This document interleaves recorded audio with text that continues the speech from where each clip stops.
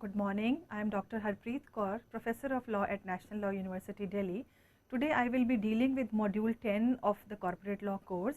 This module is about corporate borrowings and investments, which will give an insight to the students as to what are corporate borrowings, what do we mean by corporate borrowings, and how investments are done by the companies.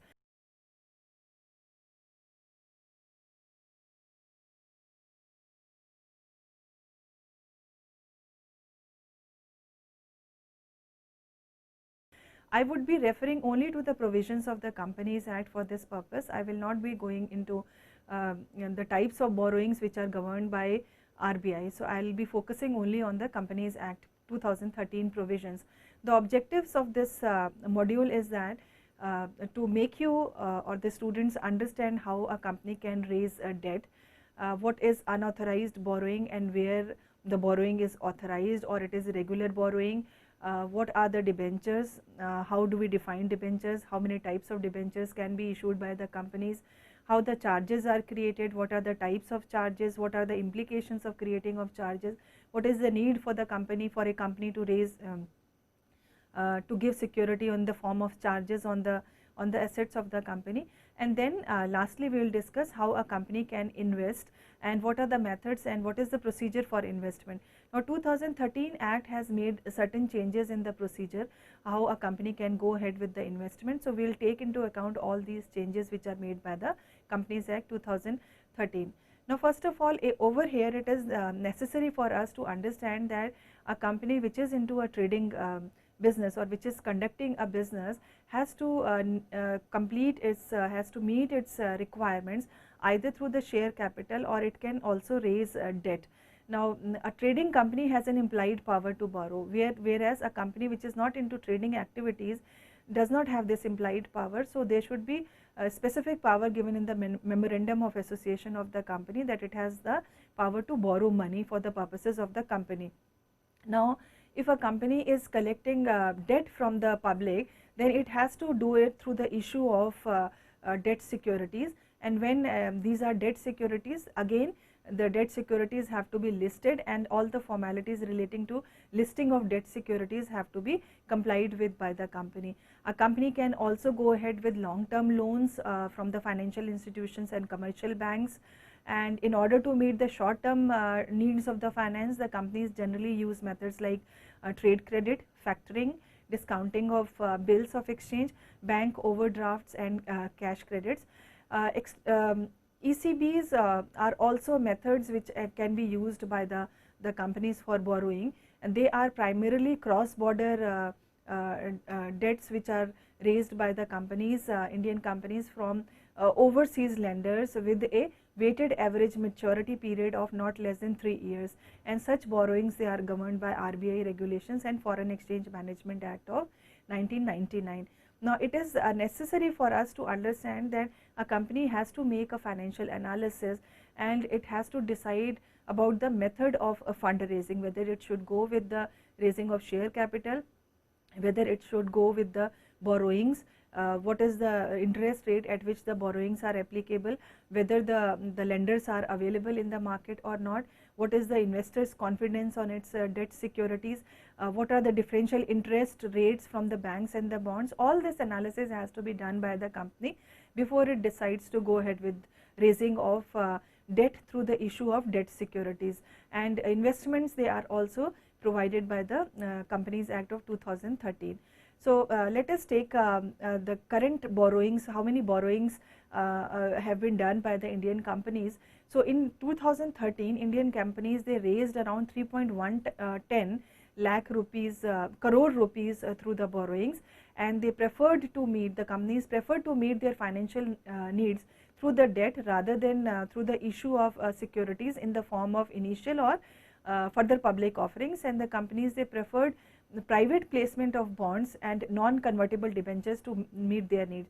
Now, this is a very important aspect over here, that companies were not sure whether the investors are willing to invest as a shareholders in the form of IPOs or FPOs with them, and they were able to find lenders of money which were who were there willing to lend money to them. And again, when the companies decided to have debt raised from the lenders, they also preferred to go for private placement of bonds rather than the issue of public issue of debt securities, and they also preferred for non-convertible debentures. That means these debentures are not convertible into shares later on. So this indicates the sentiment of the market, and on the basis of this the companies, they make their choices what type of what method they should adopt for borrowing debt from the market. And so within the debt market, the figures are like this: that company raised about 2.65 lakh crores through the debt placement route, 23,745 crore through non-convertible debentures, and 19,650 crores through the public issue of debt securities. So over here we see that maximum is through the debt placement route, the second category is non-convertible debentures, and third is issue of debt securities. Now let us understand what is ultra vires borrowing. Ultra vires means beyond the powers of the company. So anything which is done beyond the powers of the company becomes ultra vires. When it is ultra vires borrowing, that means the borrowing has been beyond the powers of the company. So any borrowing which is neither expressly nor impliedly is permitted, that will be termed as ultra vires borrowing, because it is beyond the powers of the company. Now the question arises, what are the rights of the person whose loan has become ultra vires? Does he have any legal debt against the company or any equitable debt against the company? No, he does not have such any right against the company, but he can get an injunction to restrain the company from using the money which has been lent by him if the company has so far not used this company. So this remedy he can, this relief he can take in the form of injunction if he knows, he comes to know that the money has not been used by the company. Then if his money has been used by the company to pay off any lawful debt, then also he can subrogate to the position of the lawful creditor of the company, and then his money can be repaid by the company. To such an extent he will have the right of recovery from the of the money from the company which has been lent by him to the company. And the third point, if he can identify and trace his loan in the original form, in the original form or the products which have been bought up by the company and which are there in the possession of the company, he can claim this money, or he can also claim for the products of the from the company. But if his money gets mixed up with the capital of the company, he loses all such rights of when his borrowing has become ultra vires the company. Now let us understand what is regular borrowing or what is authorized borrowing. So any borrowing which is exercised, which is done by the board of directors of the company, that will become the regular borrowing. And under section 179 of the Companies Act 2013, the board of directors of a company, they have the power to borrow money for the purposes of the company. Now the ratios have been fixed over here, certain restrictions have been placed by this by section 180. It says that where the money borrowed together with the money which is already borrowed by the company will exceed a aggregate of its paid up share capital and free reserves, apart from the temporary loans which are obtained by the company from the company's bankers in the ordinary course of the business, it can borrow money with consent of the company by a special resolution. So this has to be kept in mind, that where the money exceeds the new loan exceeds the total aggregate of the paid up capital plus free reserves, then the special resolution of the company has to be followed, has to be passed for further borrowing. And what are temporary loans? So temporary loans are loans which are repayable on demand or within 6 months from the date of the loan. For example, short term loans, cash credit arrangements, discounting of bills, and the issue of other short term loans of a seasonal character. And they do not include loans which are raised for the purpose of financial expenditure of a capital nature. So this is in brief about the regular borrowings of the company. Let us now understand what are charges and how they are registered. The power to borrow money also includes the power to mortgage companies' assets or create a charge on them, because the lender of money will always insist on certain security which has to be given by the company, which will secure repayment of his loan. So the power to mortgage and power to create a charge on the properties is always there in the hands of the company, where it has the power to borrow.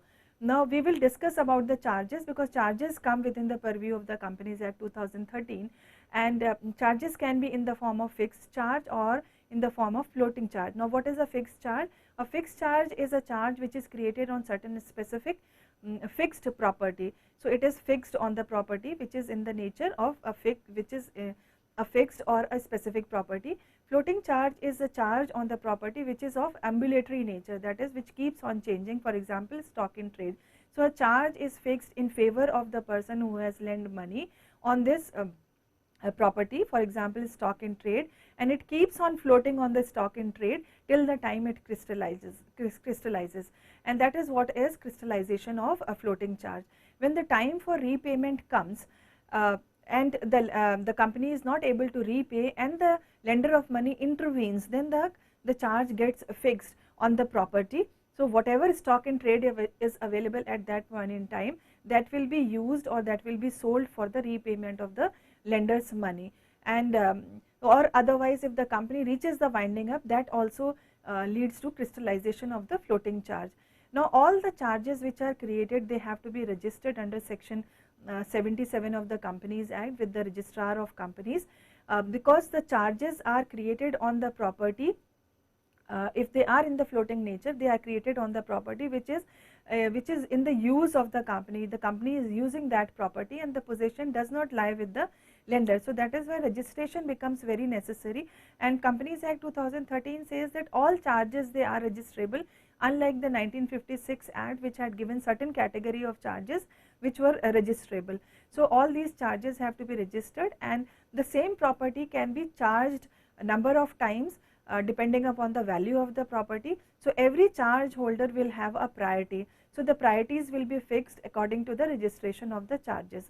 So the register of charges has to be maintained by the ROC, and if there has been some omission or some inadvertent mistake or delays in filing of the information or omission to file information, then rectification of register of charges is also possible, and this is under the powers of central government under the Companies Act. Rectification of register of charges is also permissible. Obviously the need for the rectification should be a genuine need. Let us now understand what is meant by debentures.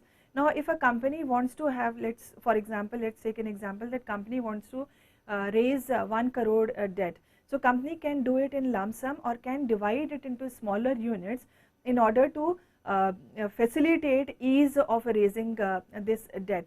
So when debt amount is divided into small units, smaller number of units, then these are in a series, they are offered in the form of instruments, they are known as debentures.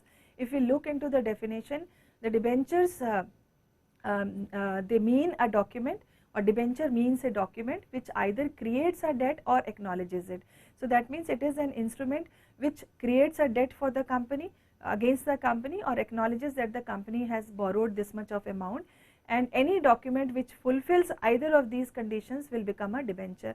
And as Chitti has said, that we must look at the substance of the instrument itself, and without the assistance of any precise legal definition, we can form the best opinion whether the instrument is or not a debenture. So as I told you that what is the need of debenture, and it creates a debt or acknowledges a debt, then it becomes a debenture. Section 2 clause 30 has also defined debenture. It says that debenture includes debenture stock, bonds, or any other instrument of a company evidencing a debt, whether constituting a charge on the assets of a company or not. So let us understand this definition. So debenture includes a debenture stock, that means it is in lump sum, it is not divided into smaller units.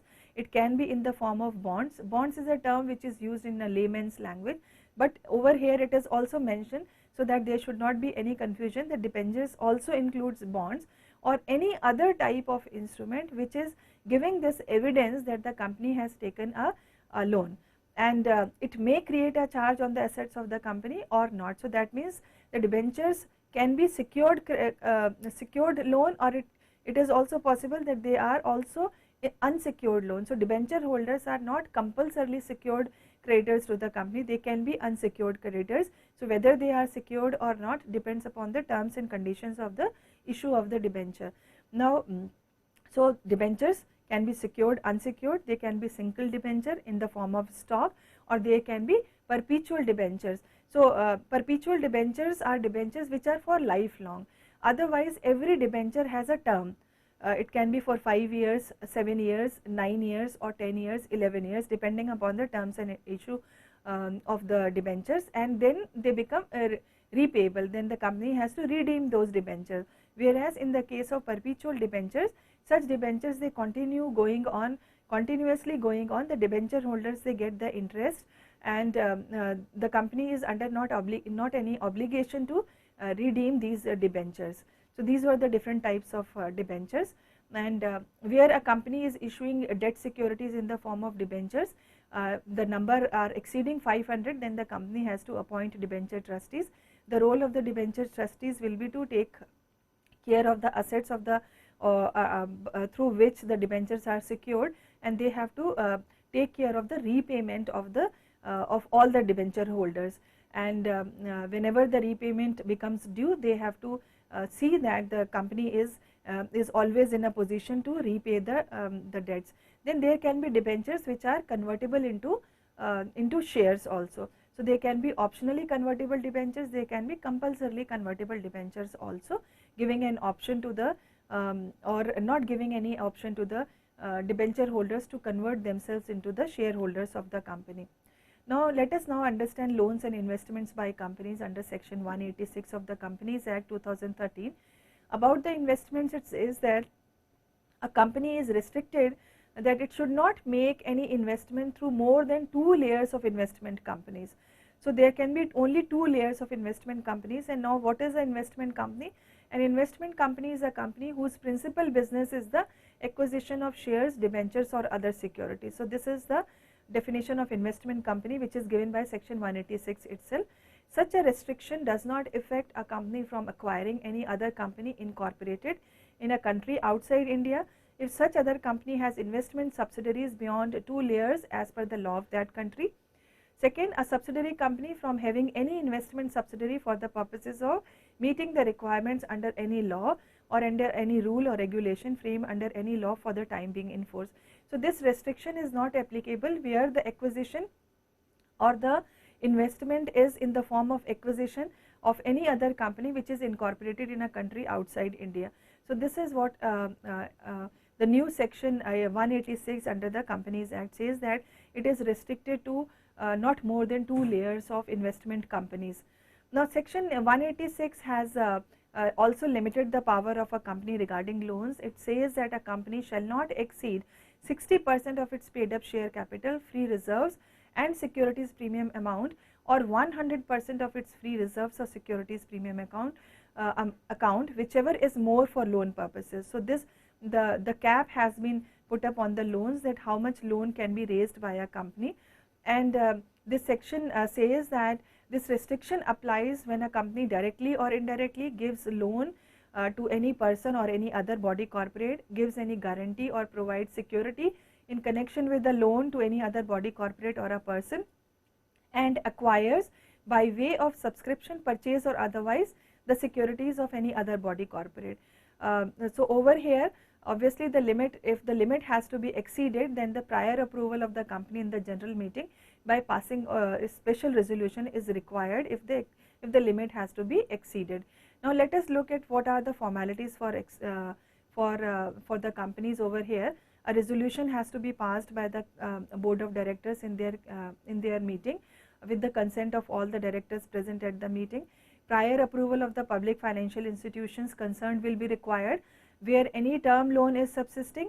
In the case of total investments etc., they exceed the above stated limits, or there is default in the repayment of the loan amount or installment, or payment of the interest as per the terms and conditions. So, over here the consent of that public financial institution has to be taken.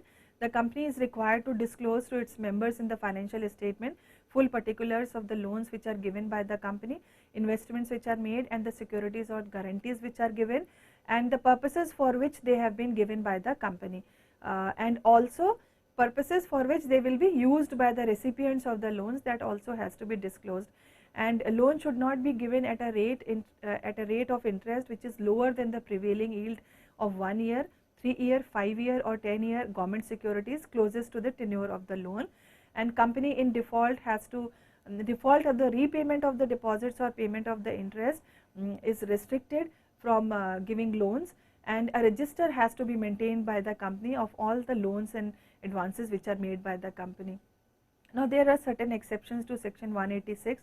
The exception says that they are not, these provisions are not applicable to a loan made or guarantee given or a security provided by a banking, insurance or housing finance company in the ordinary course of its business, or a company which is engaged in the financing of companies or providing infrastructure facilities, because this is the ordinary business of such type of companies.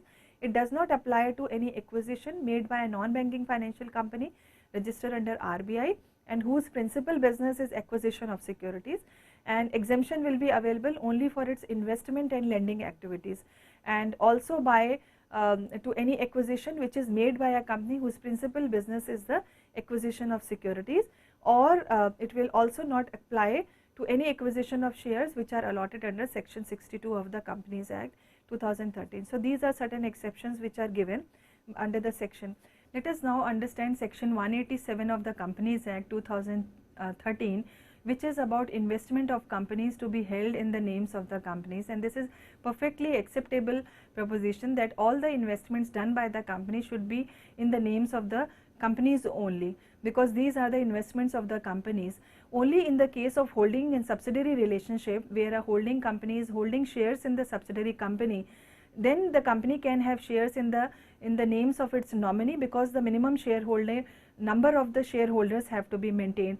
I hope you understand that what is meant by holding and subsidiary relationship. This is a relationship between two companies where one company is exercising control over the other company by means of either having more than 51% of the shareholding in the other company, or by controlling composition of board of directors of the other company. So, the relationship of holding and subsidiary company comes into being. Also, if one subsidiary company of another company is another company, for example, if S is subsidiary of A and A becomes a subsidiary of H, then both A and S will become the subsidiaries of H. So, these are three methods, either through the method of the composition of the board of directors, or through the share maximum 51% of the shareholding of the company, or through the third means. These are the three means three methods through which a company can have a holding subsidiary relationship.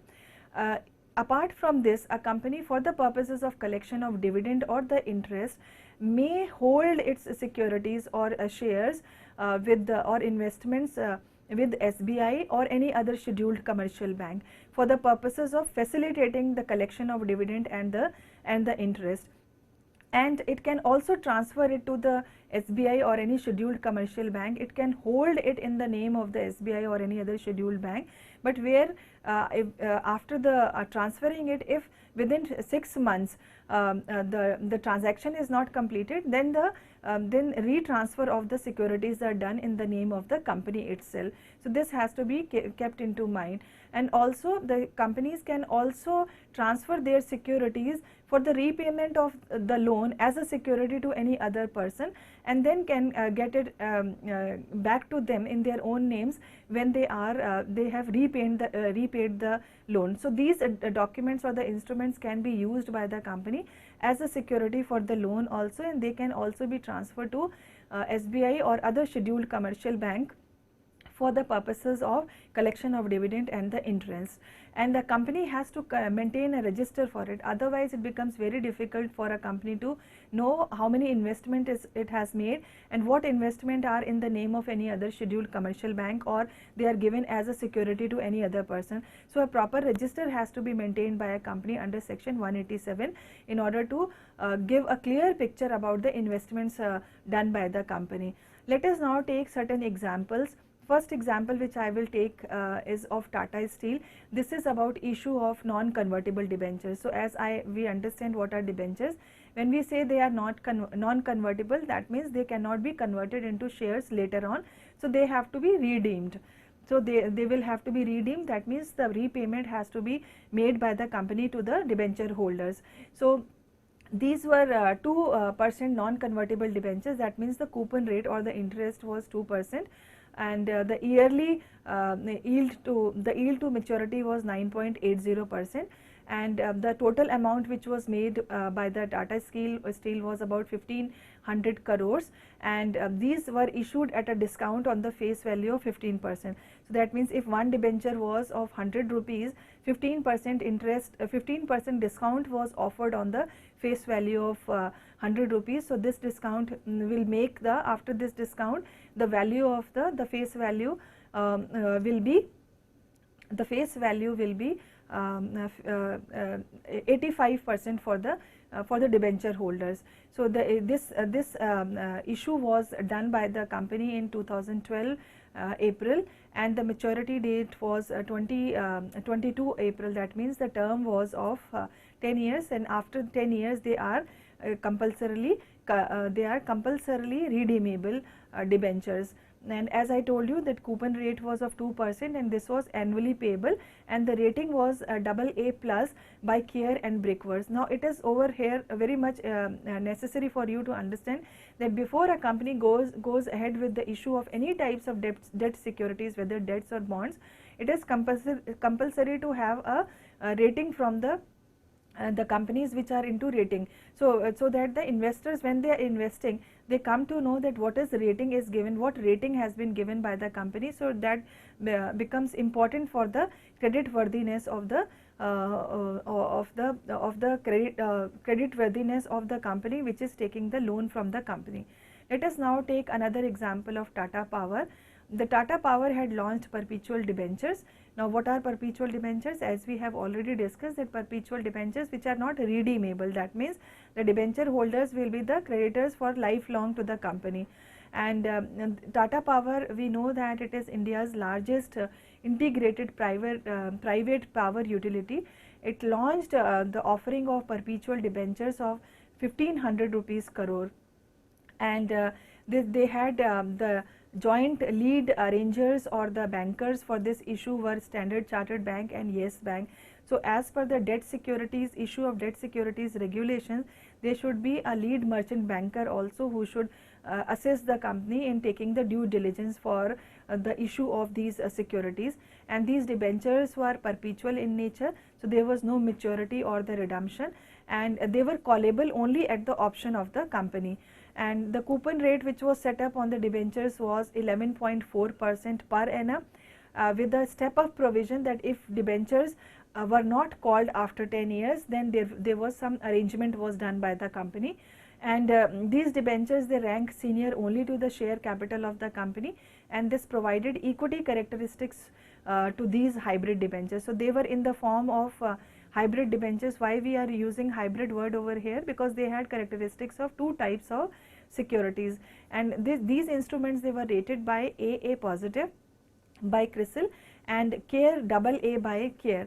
So in this module we have discussed about how a company raises funds, what are the authorized borrowings, what are unauthorized borrowings, what are the remedies in the case of unauthorized borrowings to the creditors to the company who has given loan to the company, what are debentures, what do we mean by debentures, how many types of debentures can be issued by the company, how a company can invest money, and what are the restrictions on the investment of the company, and also what are the compliances, how many registers have to be maintained by the company, what are the purposes for which the investment instruments of the company can be used by the company. So all this gives you an information on the and provides you an insight on the corporate borrowings and investments. Thank you very much.